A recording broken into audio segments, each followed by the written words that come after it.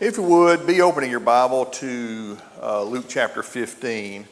That's where we'll be tonight. Also, we'll be back up in 14 and in all of 15 tonight as well.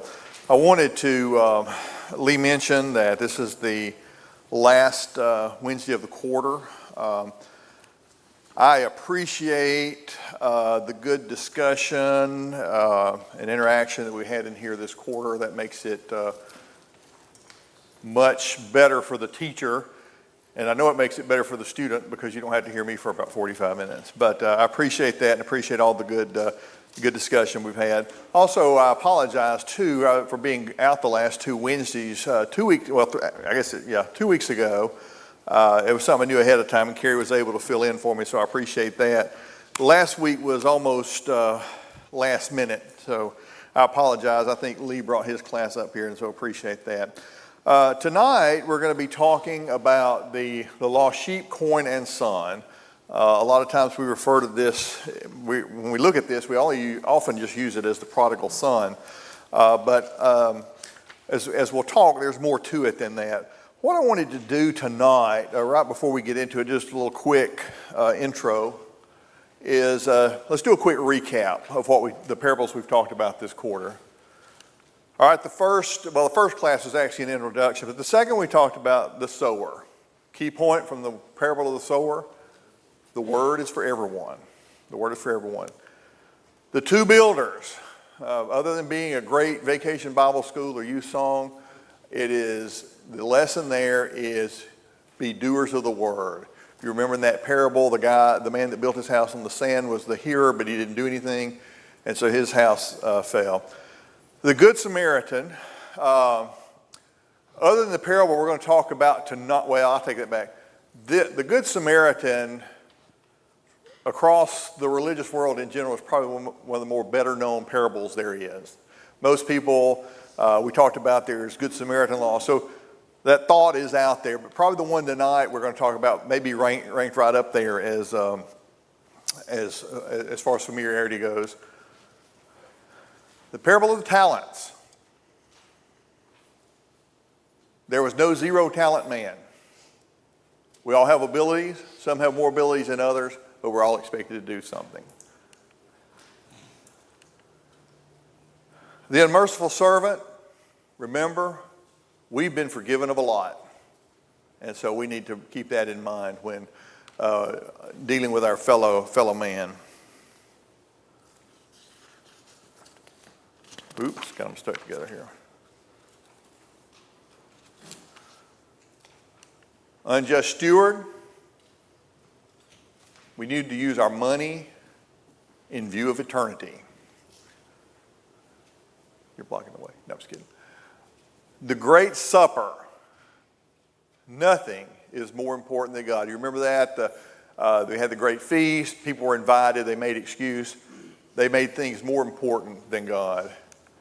And then 3 weeks ago, I guess, we talked about the rich fool. And the thing to take away from that is we need to recognize where our blessings come from. This man took credit for his wealth, his blessing, and left God out. So that's sort of where we are. Tonight, as you saw earlier, we'll talk about the theme pretty much of the takeaway of the parable we'll read tonight has to do primarily with the loving nature and character of God. So we'll start in Luke 14. And I'm going to read starting in verse 25 and go ahead and read down. There's going to be a lot of reading tonight simply because that's just what you need to understand all this. Verse 25 of Luke chapter 14. Now great multitudes went with him, and he turned and said to them, if anyone comes to me and does not hate his father and mother, wife and children, brothers and sisters, yes, his own life also, he cannot be my disciple. And whoever does not bear his cross and come after me cannot be my disciple. For which of you, intending to build a tower, does not sit down first and count the cost, whether he has enough to finish it? lest after he has laid the foundation and is not able to finish, all who see it begin to mock him, saying, this man began to build and was not able to finish. Or what king, going to make war against another king, does not sit down first and consider whether he is able to, with 10,000, to meet him who comes against him with 20,000? Or else, while the other is still a great way off, he sends a delegation and asks for conditions of peace. So likewise, whoever of you does not forsake all that he has cannot be my disciple. Salt is good, but if the salt has lost its flavor, how will it be seasoned? It is neither fit for the land nor for the dunghill, but men throw it out. He who has ears to hear, let him hear. So a few things in this intro, and I read all this because this is very important in leading into chapter 15. In this particular case, chapter divisions are not your friend because it feeds right into what we're going to talk about in the next chapter. Christ here lays out some things. What we see is we got to deny self. There are no exceptions. You got to put God ahead of dear mom or your brother, your sister, your father. So there's no exemptions, no excuses. We talked about up in the parable of the Great Supper about the excuses that were made. We must be committed. We must deny self. So those are the things that are feeding into what we're going to talk about on the next slide. But we understand here, when you look at these and you look at this slide, denying self, there's no exemption, nothing coming between us and Christ, sounds pretty hard. It's not an easy thing to do. So we should make sure that nothing is competing with our service to God. Even good things. Even good. That's a hard thing for people to say that I've got to set my family. Families are very good things. Absolutely. Unless they distract you or take you away from God. Yeah. So good things can be a problem. Yes, it's not always a bad thing. You're absolutely right that gets in the way. It can be good things. Things are near people that you love can be, but you're absolutely right. It's not always a bad thing. It becomes a bad thing because it now has kept you for about, I don't know how my pages got turned upside down. So in verse 28, talking about building a tower or building a house, you got to count the cost. Any of you built a house and don't know what it's going to cost when you get done? I know it's going to cost more than you thought it was going to cost if you build one, but nevertheless, you plan. Yeah, it takes twice as long. So you plan for these things. You got to understand. You got to begin with the end in mind, sort of. You got to know what's going to happen, and if you can do that, you got to have the ability to finish. Now. And the last one is give up too easily. You never, we talk about building a house. You never just have projects around your house that need to be done. Who does not have one? No, I'm just kidding. You look at that and you assess it. Now, I probably overanalyze projects at my house. But I'm sitting there and I'm thinking, what's this going to look like when I get done? And do I have the ability to finish? And I never have enough time to do it in the time that I've got set aside. There used to be an HGTV show we'd watch called Renovation Realities. It's called, we're going to remodel our whole kitchen over the weekend. Well, 6 weeks later they had it done. But, I'm thinking, okay, I can do this Saturday afternoon. But no, I get about a third of it done on Saturday afternoon. But the sad thing is, in that particular case, is some give up too easily. And you look at our service and the things that challenge us as far as being a Christian, and often it causes us or causes some to give up too early. Going to war. First thing you want to know if you're going to pick a fight is, can I win? Well, this guy's going into it outnumbered already. So the odds are against him. And I think the illustration that Jesus is using here is that, first of all, the effort involved in living a Christian life. It's not an easy way of life. We're talking about having to forsake your family and other good things to do that. But I think the illustration of going to war has to do with the fact that the odds are stacked against us, in all truthfulness. There's a lot of obstacles to becoming a Christian. So outthinking the opponent, I clicked the slide too quick. It says we have to outthink the opponent. How do you do that? Let me go ahead and get these all open here. These are the things that are some of the things that come in our way of being a faithful servant to Christ. Anybody dealing with the pressures of the world?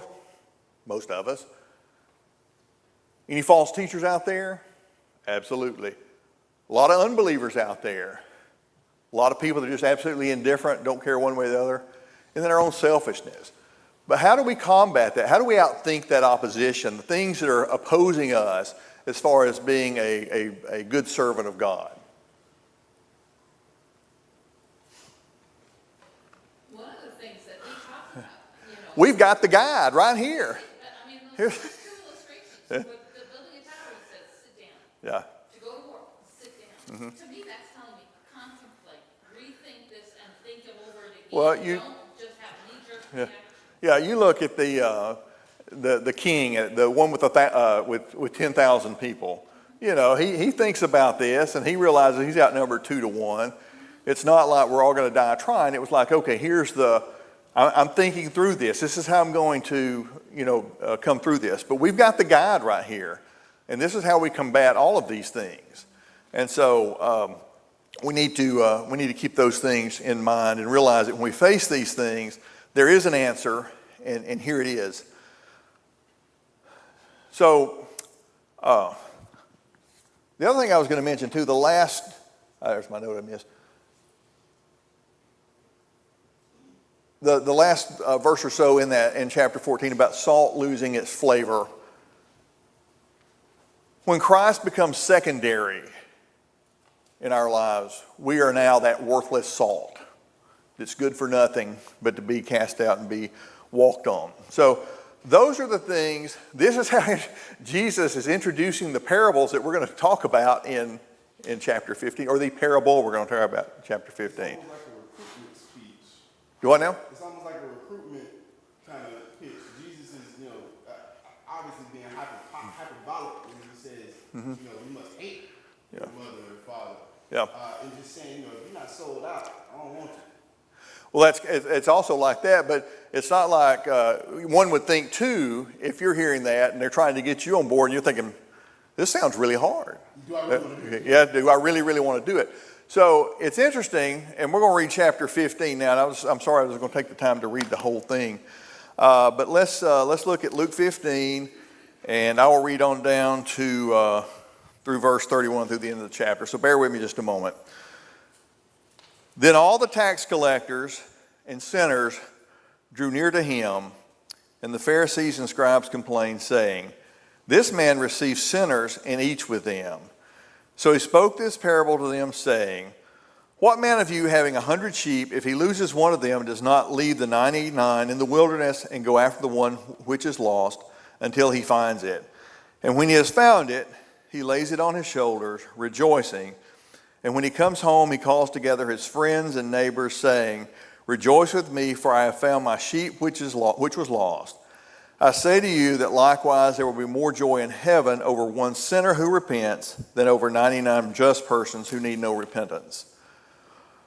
Or what woman, having 10 silver coins, if she loses one coin, does not light a lamp, sweep the house, and search carefully until she finds it? And when she finds it, or when she has found it, she calls her friends and neighbors together, saying, 'Rejoice with me, for I have found the piece which I lost.' Likewise, I say to you, there is joy in the presence of the angels of God over one sinner who repents." Then he said, a certain man had 2 sons, and the younger of them said to his father, "Father, give me the portion of goods that fall to me." So he divided to them his livelihood. And not many days after, the younger son gathered all together, journeyed to a far country, and there wasted his possessions with prodigal living. But when he had spent all, there arose a severe famine in that land, and he began to be in want. Then he went and joined himself to a citizen of that country, and he sent him into his fields to feed swine. And he would have gladly filled his stomach with the pods that the swine ate, and no one gave him anything. But when he came to himself, he said, how many of my father's hired servants have bread enough and to spare, and I perish with hunger? I will arise and go to my father, and will say to him, Father, I have sinned against heaven and before you. I am no longer worthy to be called your son. Make me like one of your hired servants. And he arose and came to his father. But when he was still a great way off, his father saw him and had compassion and ran and fell on his neck and kissed him. And the son said to him, Father, I have sinned against heaven and in your sight, and am no longer worthy to be called your son.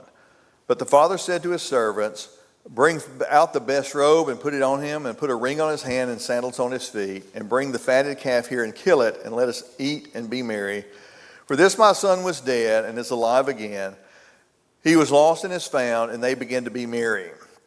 Now his older brother was in the field, and as he came and drew near to the house, he heard music and dancing. So he called one of the servants and asked what these things meant. And he said to him, your brother has come, and because he has received him safe and sound, your father has killed the fatted calf. But he was angry and would not go in.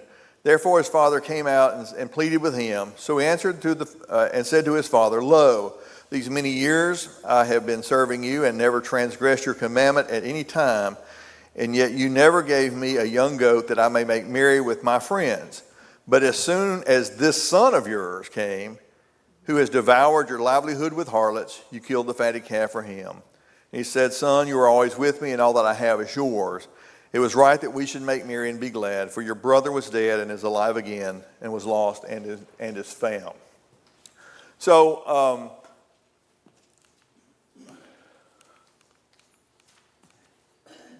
we talked about all the challenges over in chapter 14 about living a Christian life and being a follower of Christ. Who is it that's gathering to hear Jesus? Huh? The tax collectors and the sinners. You know, what an audience. Now, granted, we know that the tax collectors especially were not well liked. Okay, let's just be honest with that. But the fact that these were, from the scribe and Pharisee perspective, undesirables, they were the ones that chose to listen to what Christ had to say. If you'll remember, one of the biggest problems that the scribes and Pharisees had was their self-righteousness, their holier-than-thou attitude. They were perfect, and how dare Jesus stoop to the level of eating with publicans and sinners. And so that's the driver of this parable. Scribes and Pharisees are supposed to be the religious leader, the religious elite. And as we've talked about, many of the parables that we've talked about, he's addressing some of the issues that the scribes and Pharisees have, and a lot of it has to do with their self-righteousness. So, because he was receiving sinners, the only thing that the scribes and Pharisees could do to try to discredit Jesus was call that out.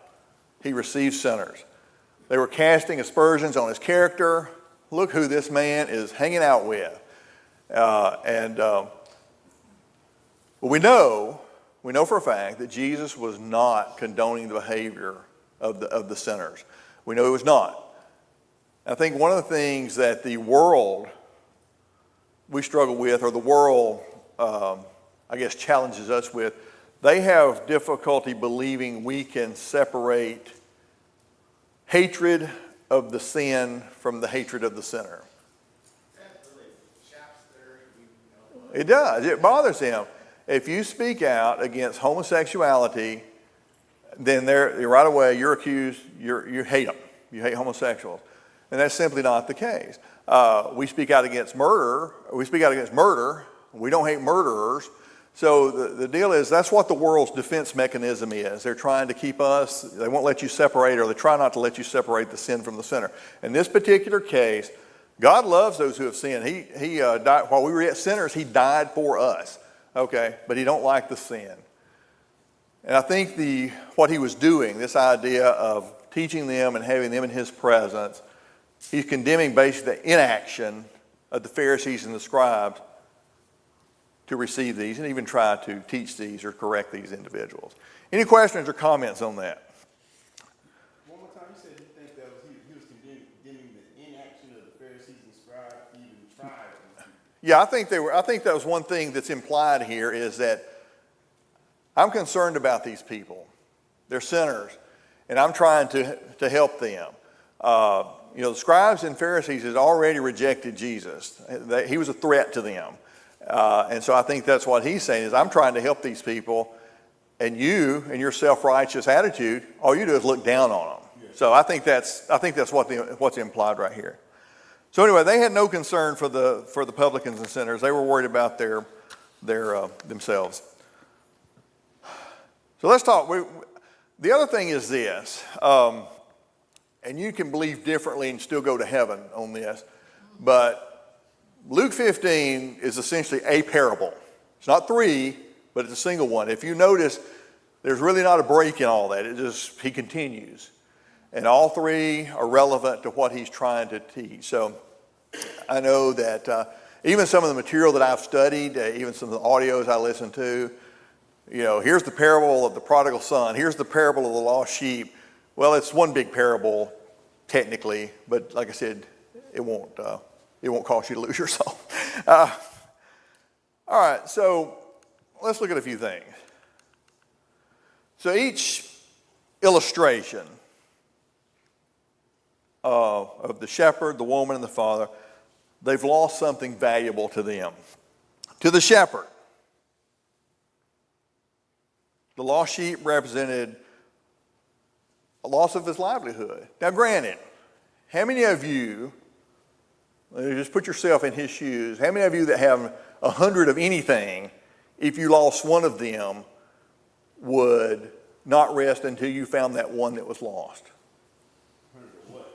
It depends on what it is, right? Exactly. But there's just a lot of things. Well, I've got 99 of these. I'll never. So anyway, so basically the shepherd lost 1%. As we're going to talk about in just a moment, Jesus is not concerned about percentages. The woman, she lost a coin, lost security. If you look at the language, first of all, there's not a lot of government help back then, so everybody's sort of fending for themselves, if you will. Apparently, just in some of the information I found, this one coin was worth about a day's wage, but it was 10% of what she had in her possession. So it was important to her as well. Now we're going to talk about the nuances of each individual illustration in just a moment. But the father lost half. He lost someone near and dear to him by their own choosing. So he lost 50%. And you can talk about what you want. We'll touch on this probably toward the end of class, is that this one came back, and the older one now is the one that's having the problem. So let's talk about the lost sheep.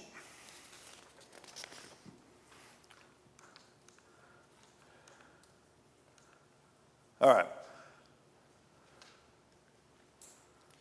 Now, I don't know anything about sheep. I know when I see one. But what I've heard is they're not really smart animals, okay? I don't know, I can't prove that, but that's what I've heard. They're not really smart. So the sheep how did he get lost? And I say the sheep is a he because men don't stop and ask for directions. So he's lost. It's not a she. So let's just say he is lost. How did he get lost? Carelessly just wandered off. He's a creature of instinct. Who knows where he went? It may have been last week. That was a good place to graze. And he says, I think I'll go back over there. But he wandered off due to his own carelessness. Now, let's look at the attitude of the shepherd. So we've got 99 over here. I don't know what's special about this one over here, but it's special enough that he leaves these alone to go find that one. And again, the illustration that we're trying to get from tonight is we're talking about the loving character and nature of God. And so this man, once he realizes it's lost, he goes to get it. He didn't say, it's his own fault. He shouldn't have done it. And he did not minimize the value of one lost sheep. He didn't say, well, it's just one. He's not important, or I have 99 left. As I mentioned a moment ago, Jesus absolutely does not care about percentages. It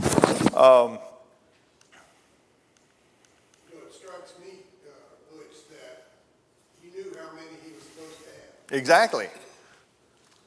It's like preschool, isn't it?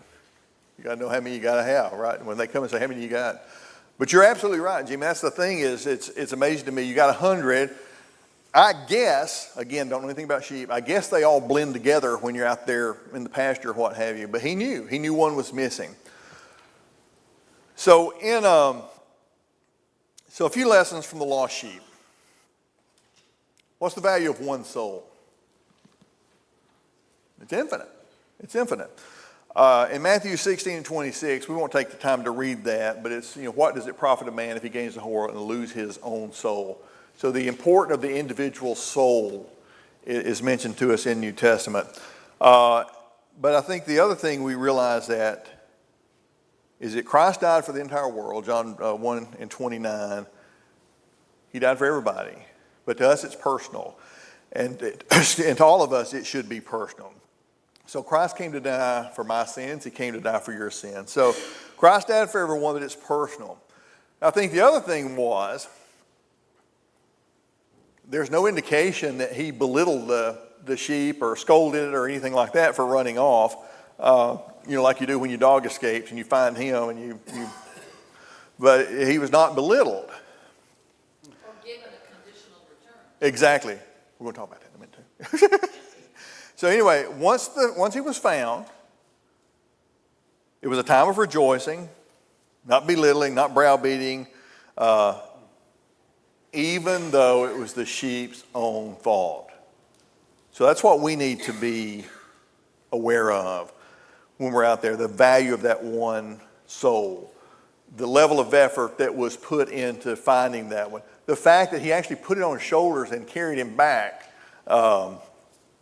talks about indicates the love and compassion. Wait just a minute. John, do you have your hand up? Yeah, I was just going to point out also, and you're probably going to point this out, but I don't mean to steal your thunder, but notice how there's a community of rejoicing, in all of these. Yeah, exactly. There's a sharing, That's right. communication, that a need, existed at one point in time and now is resolved. I think that's a very, very good point, is the fact that it's not just the man or the shepherd rejoicing. He lets his friends and neighbors know, and they rejoice with him. You had your hand up. The good shepherd also, he knows that one lost sheep often will cause others to stray. Exactly. It's almost like one will follow the other, will follow another, will follow another. Before you know, they're all gone. Yeah, exactly. And there's also something else too. And the good shepherd also knows that one lost sheep draws predators. And look how this happens in our world. Exactly. They smell blood and they start coming. Exactly. And it just starts with one, and now Yeah. it's five. Now you're fighting a much bigger problem. Right. So the good shepherd knows this. Well, to further your point too, the one that wanders off, again, you look at the influence within the body here, within the body of Christ here. And you're right, that one that goes off, this person sees that person going, and you're right, we have an influence on one another. We don't live to ourselves or die to. If you're not here, I'll just go tell you what, if you're not here, somebody misses you, okay? But he not actively seeks, and I think that's important too. Exactly. That's the other point we need to read. Now, we'll talk about that a little bit with the Father in just a moment, but I think you're right. I think that's the point, is that he is not going to rest until he finds that sheep, that lost sheep.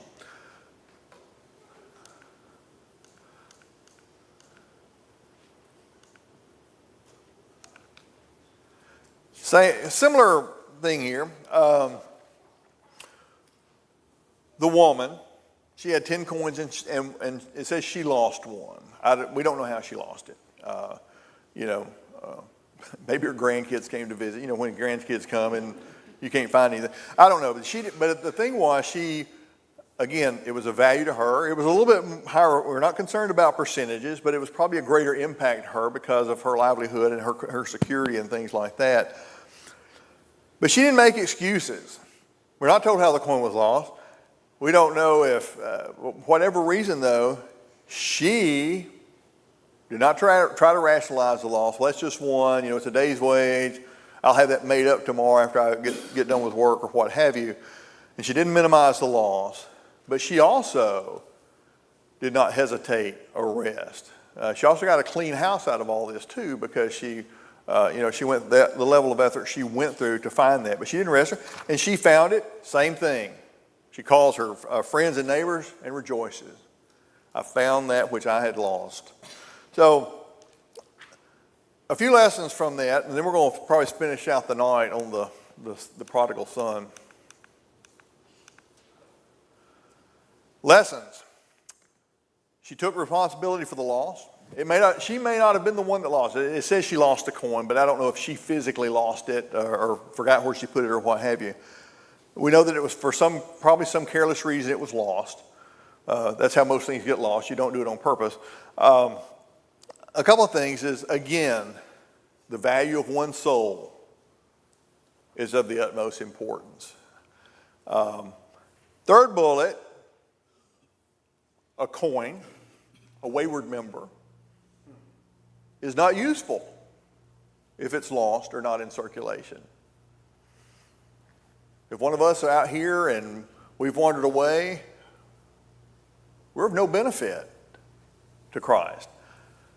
But she took responsibility, she was very industrious, and she rejoiced for the one that was found. Now you talked a moment ago, Joanne, about going out.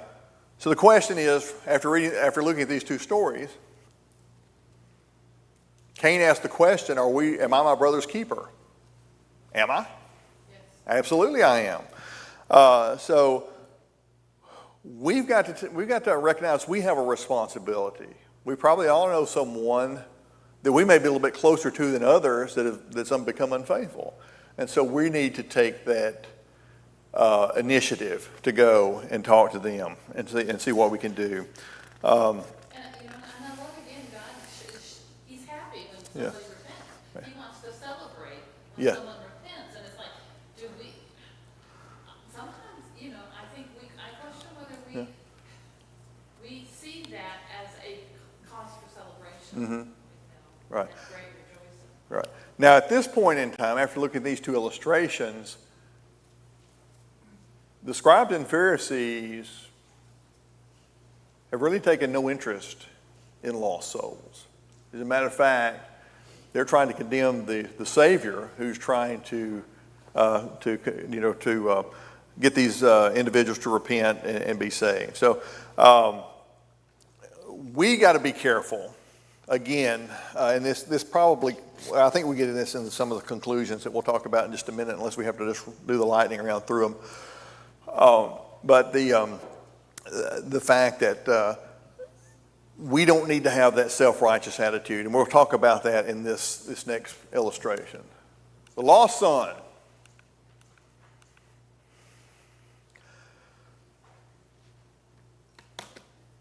We read that just a moment ago.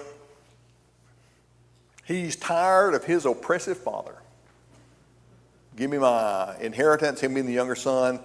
If you look back in the Old Testament, he probably 1/3 of the father's estate would have belonged to him since he was the younger, and 2/3 to the older son. But I want it.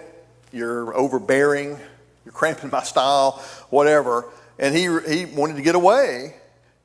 And notice he didn't go to the other side of town. He went to the far country. He went way away. There's a phrase we use, sowing their wild oats, and it has different connotations. But basically, he just did what felt good to him. Now, the older son's accusing him of some things, but we'll talk about that in a minute. But basically, he acted foolishly. The word prodigal means what? Wasteful, reckless, all those things. You're absolutely right. So he wasted it. He was reckless with his spending. He, no telling what on, but his older brother accused him of spending it on harlots and things like that. But he apparently lived it up on what he had, didn't save anything, spent extravagantly, no moderation, frugality, self-control. And all of a sudden it's gone. It is gone. Now, up until the time when it's gone, did he have a good time? Probably in his eyes, he was having a great time. He was living life in the fast lane, if you will. So he did. And we know that in Hebrews 11:25, we're talking about the pleasures of sin for a season. So we know that's one of the enticements of sin is the pleasure that comes from it. Now, so he spends everything, and then all of a sudden he wakes up one day and he don't have anything. Now, to compound issues, what happens in the far country? A famine. Okay. So now it's getting serious. Now, again, we got to realize the problem began by a bad choice that he made. And unfortunately, like you were talking about a minute ago, one leaving here, not sheep, but people leaving here, it's a bad choice. I don't necessarily care what the reason is that you leave and become unfaithful. It's not a good reason. It's a bad choice. But this was compounded. Oftentimes, I don't think it would be uncommon to say that when someone has strayed, much like this famine could have been something providential that happened, not necessarily a miracle, but I think once things start spiraling out of control, other things happen that kind of make you realize I may have made a bad choice. But providence also often helps someone lost to open their eyes. Look at the real fruit of sin. I'm afraid we're going to have to get to the fast round. All right, so, back. All right, so being destitute, he had to join himself to a citizen of the far country. I don't know what all that implies. I looked, and basically he just kind of associated with this individual, and perhaps this individual just offered him shelter, and the shelter may have been where the pigs slept. I don't know. But apparently either the citizen that he joined himself to could not or would not feed him. So he's still hungry. He's forced to feed pigs. Now, wasn't that a fine how do you do for a Jew to feed pigs, by the way? So apparently the prodigal was not eating as well as the pig. And the pigs had value to the owner, but the prodigal son did not. So that's the real fruit. That's what he was reaping what he had sown right here. But again, you think about it that, again, we're teaching Jewish people, and this is what this young man had relegated to, feeding swine, an animal that was considered unclean. Let's see. Here's the note I want to say. It's easy to understand the uncaring attitude of the scribes and Pharisees to the pig farmer. He obviously didn't care for this man. He let him feed pigs. I don't know what that got the young man, but apparently it was something. But it wasn't what he needed. Reality sets in.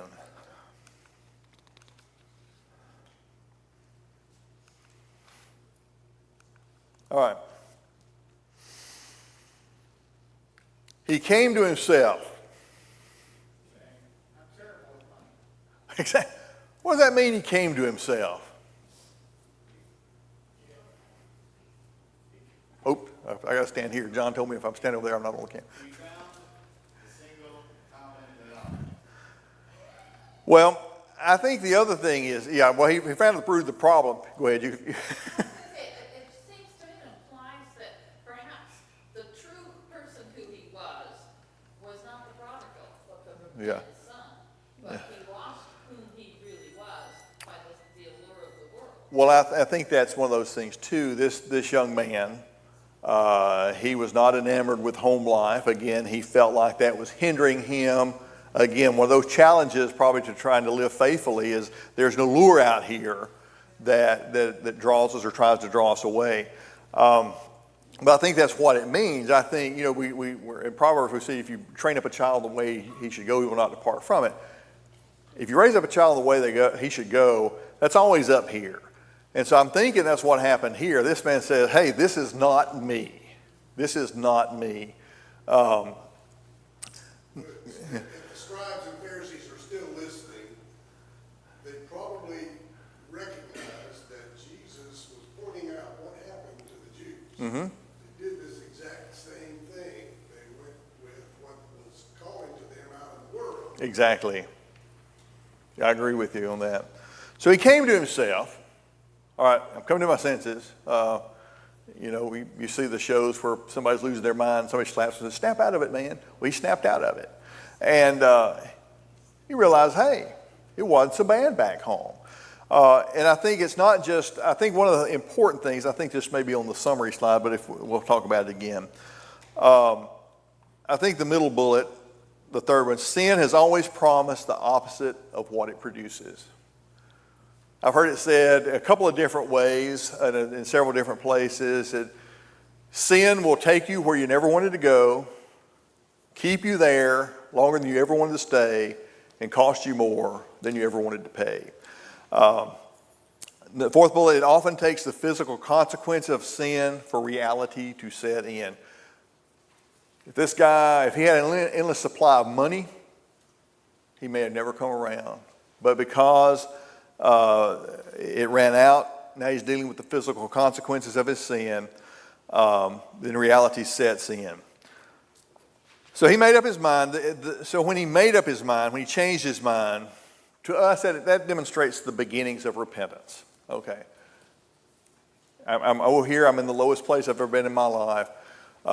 Even my father's servants are better off than most people I know. And I think the humble attitude that he went back with is very, very important. He did not go back and say, hey, I demand my rightful place as your son. And he admitted that he had sinned against his father. So let's look at the father himself. All right. So this is the main illustration, or I think the main theme that I talked about, the loving and caring nature of God. So this is the main thing. The father saw him coming afar off and ran out to meet him. What this tells me is this father probably went out there every day, looking down the road just to see what he might see. He ran out to meet him. Again, just like the sheep was not belittled, neither was the son. The father did not make his son beg or plead or shame him when he came back. Again, the son himself admitted to the father that he had sinned against him and against heaven, no longer worthy to be a son, but again, his father restores him to being a son. And that's the same that happens to us, a wandering Christian, when they come back. They're restored to that role of being a son. And the joy that the father feels illustrates God's joy. So let's look at the older brother for just a moment.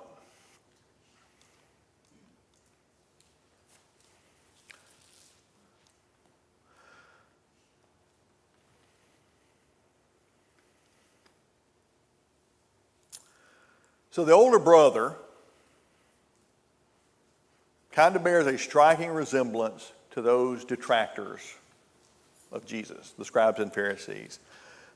But all he could think about was the envy, and he was jealous of the attention that was being shown his son, whom he said, your son has wasted your living on harlots. Now, that's the only place we know that. There's no other record. There's no confirmation that actually happened. It's just a presumption that the older son made. But the older son's behavior was disrespectful to the father. And he tries to make the father look unwise, if you will, receiving the prodigal back. So, I think we need to be careful that it wasn't just for the scribes and Pharisees. This lesson is for us. exactly. It's such human nature to respond that way. Yeah, exactly. You're exactly right. And you're right. What triggered this was dealing with the scribes and Pharisees. But you're right. These things are applicable to all of us as well. Let's look what the father responded.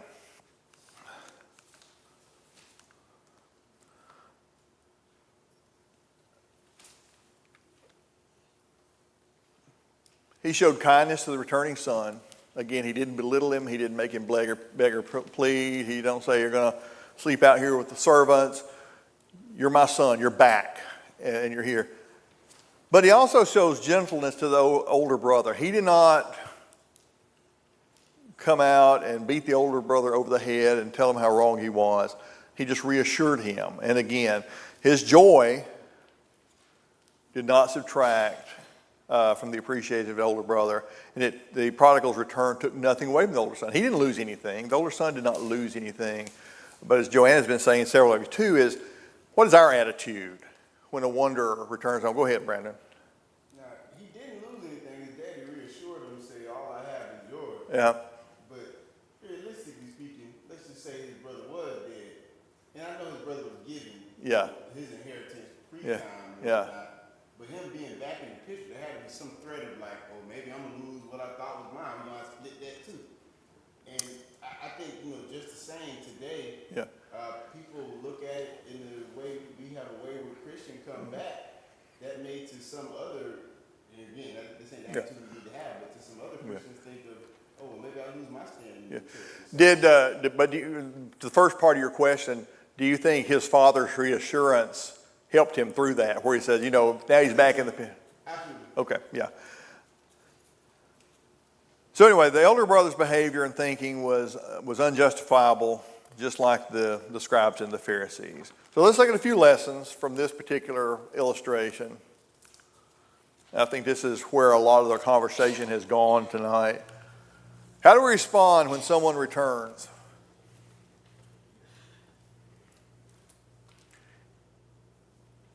Really? It's about time. Wonder how long they'll be faithful this time. Is that how we do that?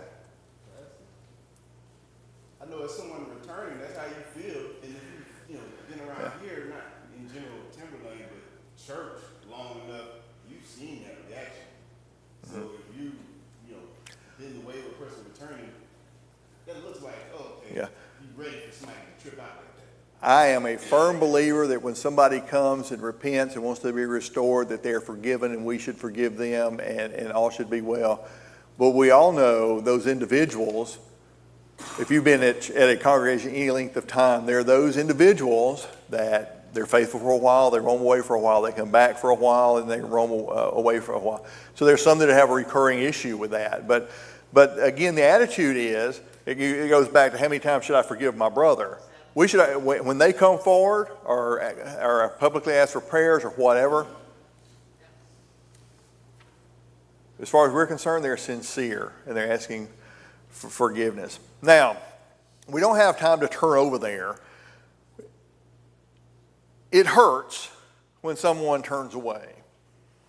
It could be somebody that's very close to you. Even if it's not someone close to you, it hurts the body. We don't have time, but at some point in time this week, read 1 Corinthians 12, beginning in verse 12. And it talks about the parts of the body. And all the parts of the body are important. Now, Lee Jr. is not up here. Lee don't have an arm. But if your body is missing a limb or a finger or something, your body is not whole. And when a member is missing, the body here is not whole. I think this was something else that's been alluded to through the night as well. It hurts when somebody leaves, but let's not be tempted to hurt in return. Always be receptive, a typo there. Always be receptive to a penitent one returning. I think the most important thing here, or an important thing, is one is never gone so far that they cannot return.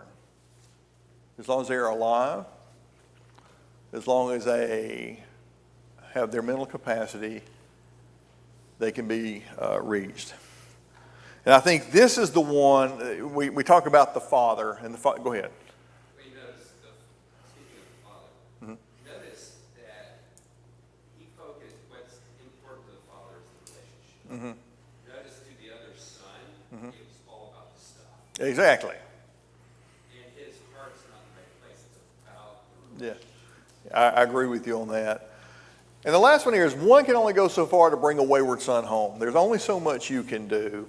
There's a lot of speculation. Why didn't the father go to the far country to find? Well, very likely the father didn't know which far country he went to.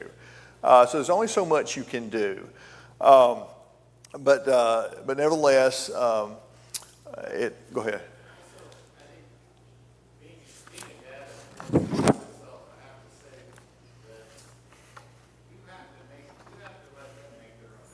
Mm-hmm. Even if it's walking away with a fistful of cash, Yeah.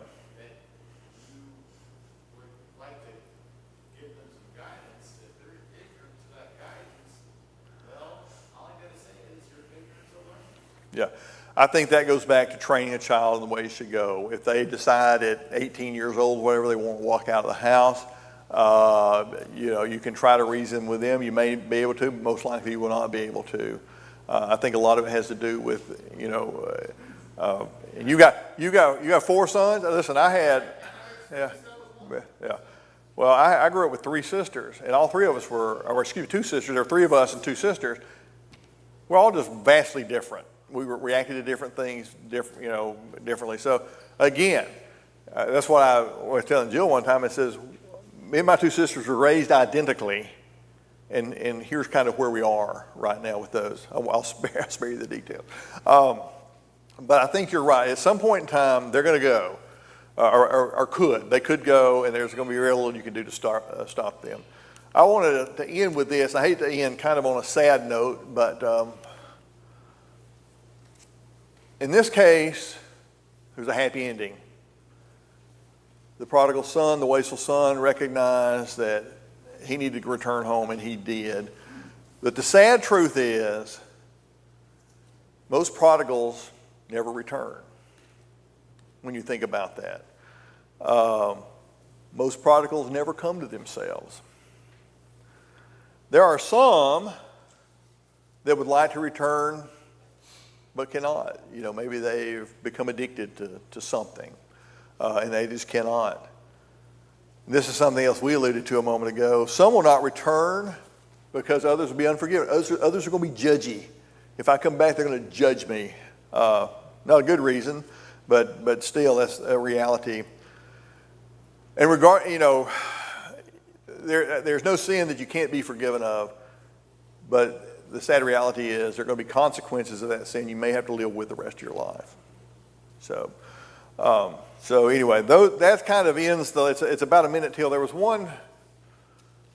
I had a list of questions, but we don't have time to do that. They're on your handout. But I want to ask you one. We've talked about how much God. All right, 2 questions real quick. What are some excuses folks make for not searching for lost souls?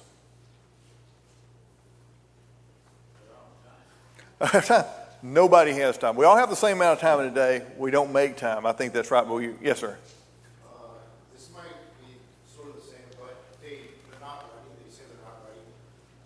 They themselves have their own issues, and they're not ready to take on. Yeah. And there's. I'll give you this illustration, and you're going to be about a minute late getting out tonight, but you still owe me like 10 minutes or 8 minutes now from the first class that we were short on.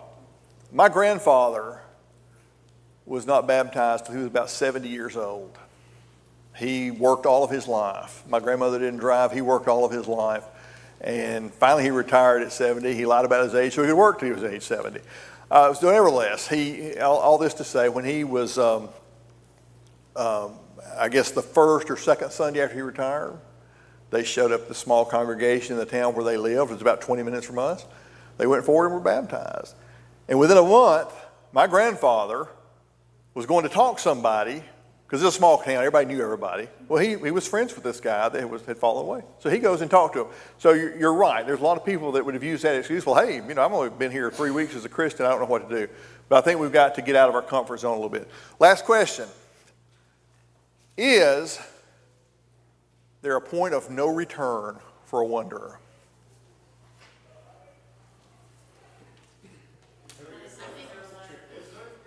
Is there a point of no return?